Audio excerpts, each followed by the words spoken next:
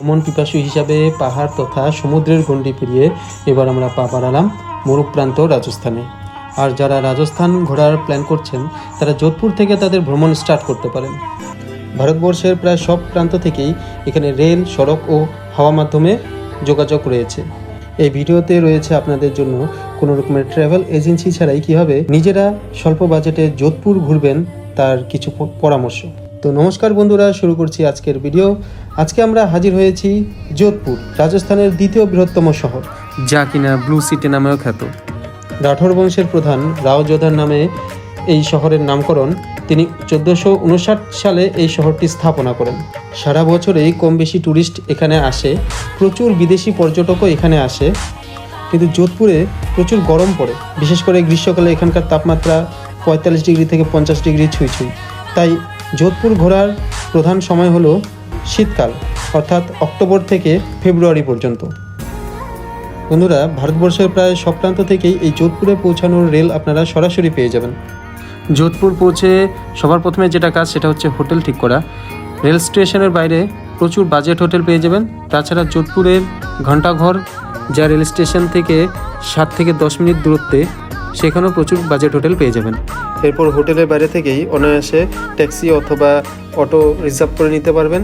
দিন প্রতি অটো নেবে হচ্ছে 1500 থেকে 2000 টাকা এবং ট্যাক্সি নেবে হচ্ছে 3000 থেকে 3500 টাকা। এরপর আপনারা আপনাদের যাত্রা শুরু করতে পারেন যোধপুরের ওল্ড সিটি, যেখানকার বেশিরভাগ বাড়িঘরই ব্লু রঙের। এখানকার বাড়িঘরগুলো ব্লু রঙের হওয়ার পিছনে পৌরাণিক কাহিনী কথিত আছে যে মহাদেব তিনি সমুদ্র মন্থনের সময় যে বিষ পান করেছিলেন, যার জন্য তাকে নীলকণ্ঠ বলা হয়। তাই মহাদেবের আরাধ্য ব্রাহ্মণরা তাদের বাড়িঘরকে এই ব্লু রঙের পেইন্ট করে দিয়েছিলেন। তাছাড়া অন্য কথিত আছে যে ব্লু কালার জীবাণুদের দূরে রাখে, এটাও একটা কথিত আছে। সকাল সকাল ঘুরতে বেরোনোর পর ব্রেকফাস্ট হিসেবে অবশ্যই লোকাল ফুড যেমন দই বড়া, বিভিন্ন কচুরি, ছাঁচ, লস্যি ইত্যাদি অবশ্যই ট্রাই করতে পারেন, যা আপনাদের মনকে ছুঁয়ে যাবে। পরবর্তী দ্রষ্টব্য স্থান হিসেবে উমেদ ভবন প্যালেস অবশ্যই ঘুরে আসতে পারেন। এখানকার প্রবেশ মূল্য হচ্ছে ভারতীয়দের জন্য 30 টাকা করে। টাইমিং সকাল 9টা থেকে বিকেল 5টা পর্যন্ত। এটা পৃথিবীর সবচেয়ে বড় প্রাইভেট রেসিডেন্সিয়ালের মধ্যে অন্যতম, যার একটি অংশ 5 স্টার হোটেল যা তাজ গ্রুপ দেখাশোনা করে, এবং বাকি অংশটি মিউজিয়াম হিসেবে সাধারণ পাবলিকদের জন্য খুলে রাখা হয়েছে।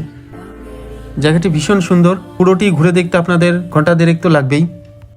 ভেতরে গাইডেরও ব্যবস্থা আছে, চাইলে আপনারা সেটাও হায়ার করতে পারেন।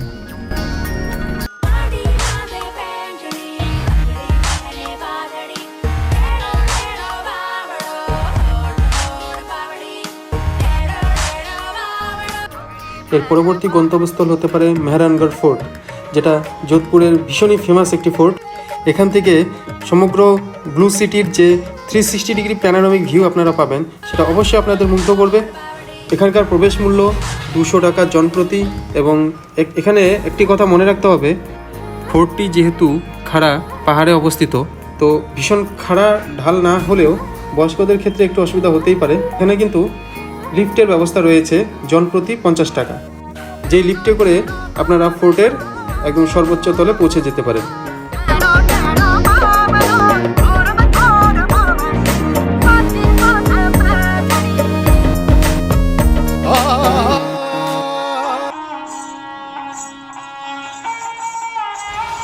ফোর্টে প্রবেশের পথেই স্থানীয় শিল্পীদের দ্বারা এরকম সুন্দর রাজস্থানী ফোক সঙ্গীত আপনারা উপভোগ করতে পারবেন।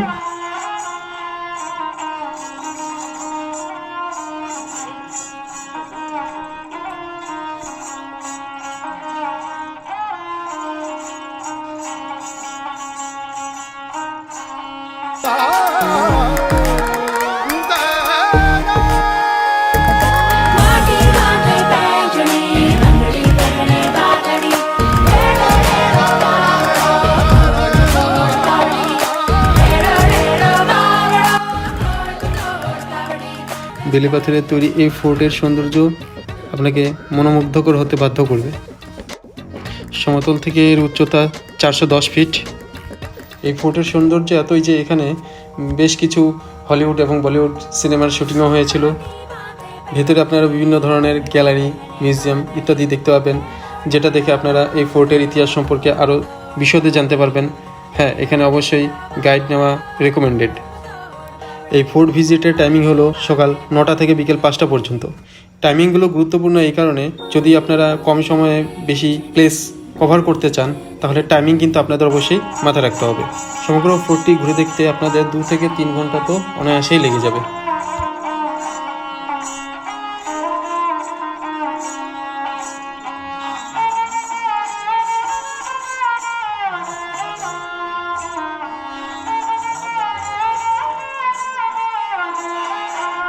এই ফোর্ট ভ্রমণ শেষে আপনারা বেরিয়ে যেতে পারেন লাঞ্চের উদ্দেশ্যে। এখানে উল্লেখ্য যে সমগ্র রাজস্থানেই কিন্তু ভেজ রেস্টুরেন্টের ছড়াছড়ি। এখানে ভেজ রেস্টুরেন্ট প্রচুর, কিন্তু নন ভেজ রেস্টুরেন্ট হাতে গোনা। তাই আপনারা যদি ড্রাইভার সাহেবকে বলেন, উনি হয়তো আপনাদের নন ভেজ রেস্টুরেন্টে নিয়ে যেতে পারে। যাই হোক, লাঞ্চ সেরে আপনারা পরবর্তী গন্তব্য হিসেবে বেছে নিতে পারেন ম্যান্ডোর গার্ডেন। এই কারণে বললাম, ম্যান্ডোর গার্ডেনে আপনারা একটু বিশ্রাম নিতে পারেন এবং সেখানে হনুমান মন্দির আছে, পুজো দিতে পারেন। ম্যান্ডোর গার্ডেনে প্রবেশ মূল্য নেই, তবে এখানে মিউজিয়াম আছে যার প্রবেশ মূল্য 50 টাকা মাথা পিছু। এখানে সময় কাটানোর পর বিকেল দিকে আপনারা সময়টা রাখতে পারেন শপিংয়ের জন্য। যোধপুরের বিখ্যাত ঘণ্টাঘর তথা সদর বাজার, সেটা হচ্ছে হার্ট অফ দ্য সিটিও বলা যায়। এখানে হরেক রকম লোকাল আইটেম আপনারা অবশ্যই শপিংয়ের ঝুলিতে রাখতে পারেন। যোধপুর ভালোভাবে এক্সপ্লোর করতে আপনাদের 2 দিন সময় লেগে যাবে, এখনও অনেক কিছু বাকি যেগুলো এক্সপ্লোর করতে হবে।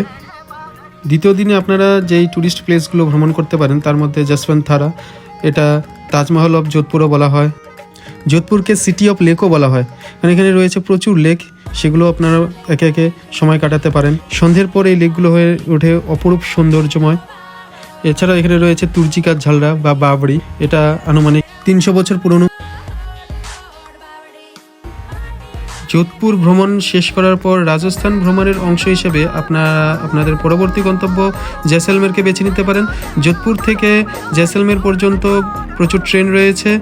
এছাড়া সড়কপথেও আপনারা জয়সলমের পর্যন্ত যেতে পারেন। যোধপুর অবশ্যই আপনাদের ভ্রমণ ডায়েরির পাতায় চিরস্মরণীয় হয়ে থাকবে। আশা করছি ভিডিওটা আপনাদের ভালোই লেগেছে। সঙ্গে থাকার জন্য ধন্যবাদ।